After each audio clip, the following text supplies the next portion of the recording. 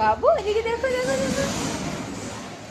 তো আমি আর বাবু এসেছিলাম এখানে রেশনের মানে অঙ্গনারী স্কুলে বাবু রেশন কার্ড রেশনের জন্য এন্ট্রি করানোর জন্য। তাকে তো 3 বছর অবধি রেশন দেবে গভর্নমেন্ট, তো তার জন্য তার নামটি এন্ট্রি করাতে এসেছিলাম।